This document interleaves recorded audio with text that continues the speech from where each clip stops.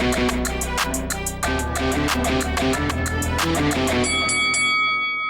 guys, welcome to Boxing Squared for boxing news and views from around the internet.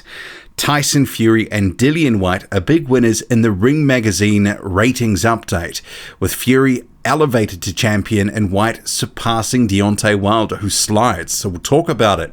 So Fury, as you can see here on screen, he is elevated to Ring Magazine champion.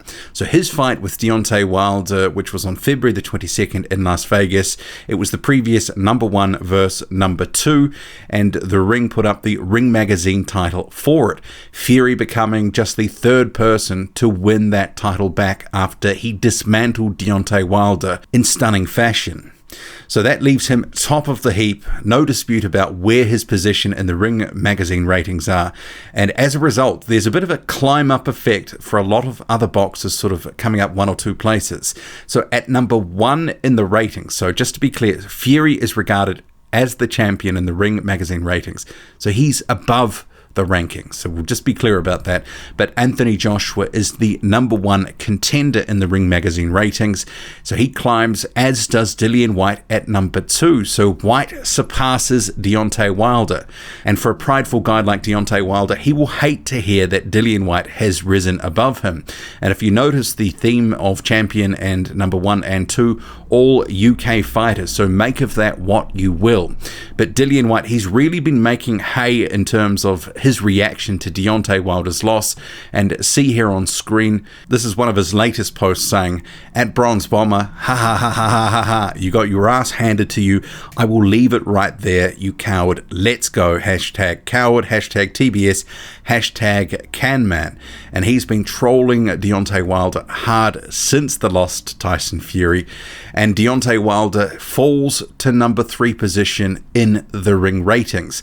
So it had been Fury and Wilder number 1 and number 2 previously, but Deontay Wilder, as a result of his loss, he slides. And normally there is an accompanying piece sort of breaking down what's happening, but I haven't seen that. But presumably the Ring Magazine writers who compiled this list together have decided that Deontay Wilder's performance was such on the 22nd of February that he didn't deserve to hang on to either number 1 or number 2 spot, hence Dillian Whyte jumping him.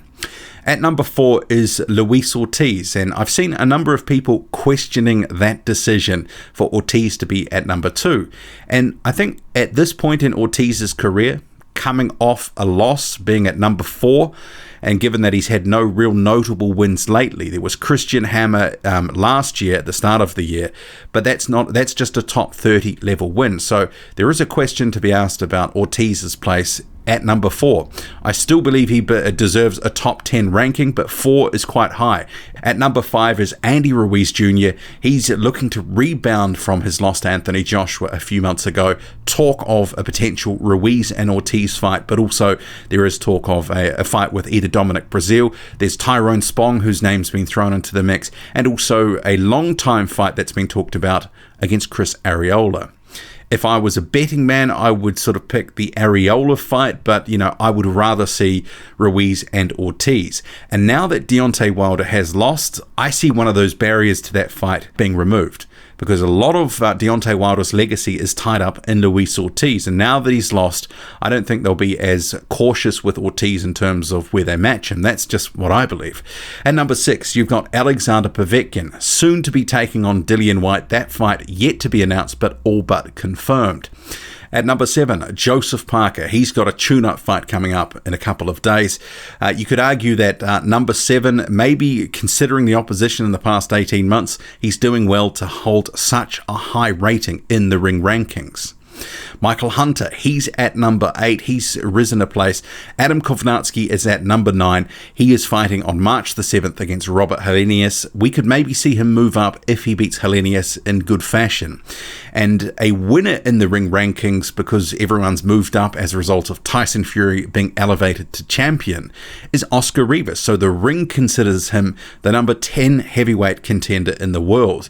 And not bad going, considering he's coming off a loss to Dillian Whyte in July 2019. And his co-promoter Yvonne Michelle pretty happy with that, posting it to social media with Oscar Rivas joining the top 10, being considered number 10 by the Bible of boxing.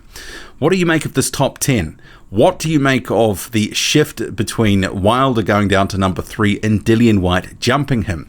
That's not going to make everybody happy, but after the performance at the weekend, I could see why the Ring magazine has done that. Other guys in that list, Luis Ortiz at number 4. Is it a bit high for him at this point, given he hasn't had any notable wins recently and is coming off a loss? And you can make a case for other fighters in this list in that manner. Is Joseph Parker artificially high at number 7? I saw on BoxRec that they have him out of the top 10 altogether. What do you make of it all? Drop a comment, loud and often, hit like, hit subscribe, follow me on Twitter, boxing_squared. I'm out.